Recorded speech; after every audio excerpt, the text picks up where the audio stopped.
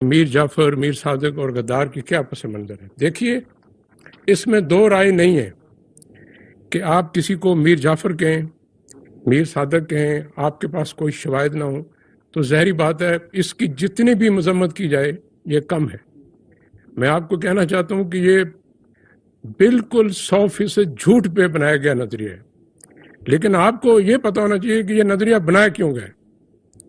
یہ میر جعفر کہنا، میر صادق کہنا، غدار کہنا، نیوٹرل کہنا، جانور کہنا اس لیے نہیں ہے کہ میرے ادارے نے، میری ایجنسی نے، آرمی چیف نے غداری کی ہے۔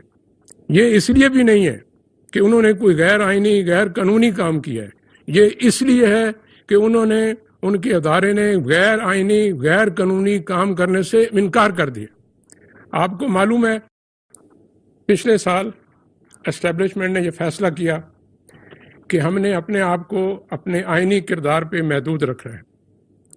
یہ فرد واحد کا فیصلہ نہیں تھا، صرف آرمی چیف کا فیصلہ نہیں تھا، اس پہ ادارے کے اندر اس کی قیادت میں بہت بحث ہوئی اور ہم اس نتیجے پہ پہنچے کہ ملک کا مفاد اسی میں ہے، ادارے کا مفاد اسی میں ہے کہ ہم اپنے آپ کو آئینی کردار پہ محدود کر لیں، سیاست سے باہر نکل جائیں۔